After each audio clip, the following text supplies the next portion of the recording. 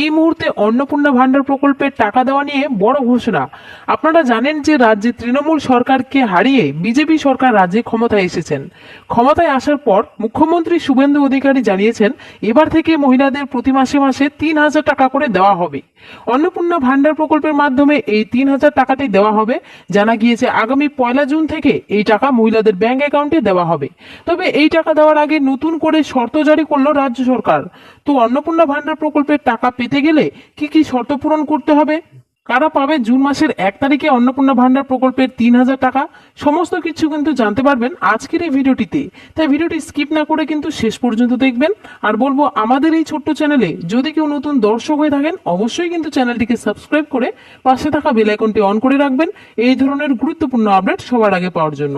তো চলুন বন্ধুরা, দেরি না করে ভিডিওটি শুরু করা যাক।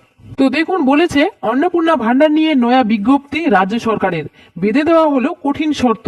তো চলুন এই বিষয়ে আমরা একটু বিস্তারিত জেনে নিই কি বলা হয়েছে। অন্নপূর্ণা যোজনা অর্থাৎ অন্নপূর্ণা ভান্ডার নিয়ে বড় সিদ্ধান্ত নিয়েছে রাজ্য সরকার। মহিলাদের জন্য অন্নপূর্ণা যোজনা বিজ্ঞপ্তি জারি করেছে, যার অধীনে মাসিক 3,000 টাকা ভাতা দেওয়া হবে এবং এটি 1 জুন থেকে কার্যকর হবে।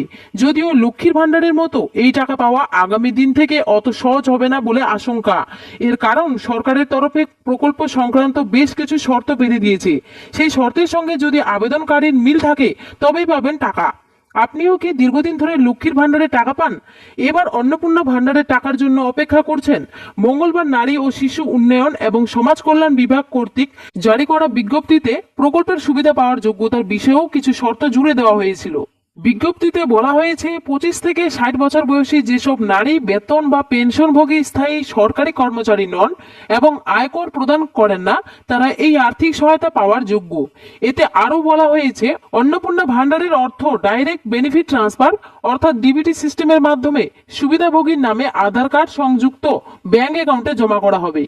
দ্বিতীয় মন্ত্রিসভার বৈঠকেই শুভেন্দু সরকার মহিলাদের জন্য মাসিক 3,000 টাকা অনুদান এবং বিনামূল্যে বাস ভ্রমণের ঘোষণা করেছে।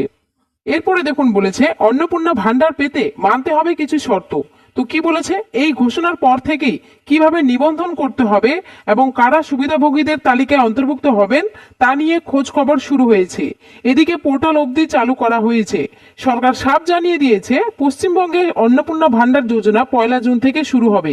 এই প্রকল্পের অধীনে বাংলার মহিলারা 3,000 টাকা আর্থিক সহায়তা পাবেন। তবে এই টাকা পেতে মেনে চলতে হবে কিছু শর্ত। তো কি কি শর্ত বলেছে চলুন আমরা এখন এক এক করে দেখে নিই। তো প্রথমেই দেখুন, বলেছে পশ্চিমবঙ্গের স্থায়ী বাসিন্দা হতে হবে, অর্থাৎ আপনাকে কিন্তু অবশ্যই পশ্চিমবঙ্গের স্থায়ী বাসিন্দা হতে হবে, তবেই আপনি এই প্রকল্পে আবেদন করতে পারবেন। 2 নম্বরে বলেছে অর্থনৈতিকভাবে দুর্বল শ্রেণী থেকে আসা হতে হবে। 3 নম্বরে বলেছে বার্ষিক আয় কম হতে হবে।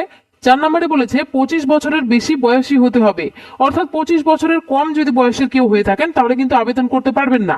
5 নম্বরে বলেছে রেশন কার্ডের নাম থাকতে হবে। 6 নম্বরে বলেছে পশ্চিমবঙ্গের স্থায়ী বাসিন্দা নন তারা টাকা পাবেন না, অর্থাৎ যারা পশ্চিমবঙ্গের বাসিন্দা নন তারা কিন্তু এই টাকা পাবেন না।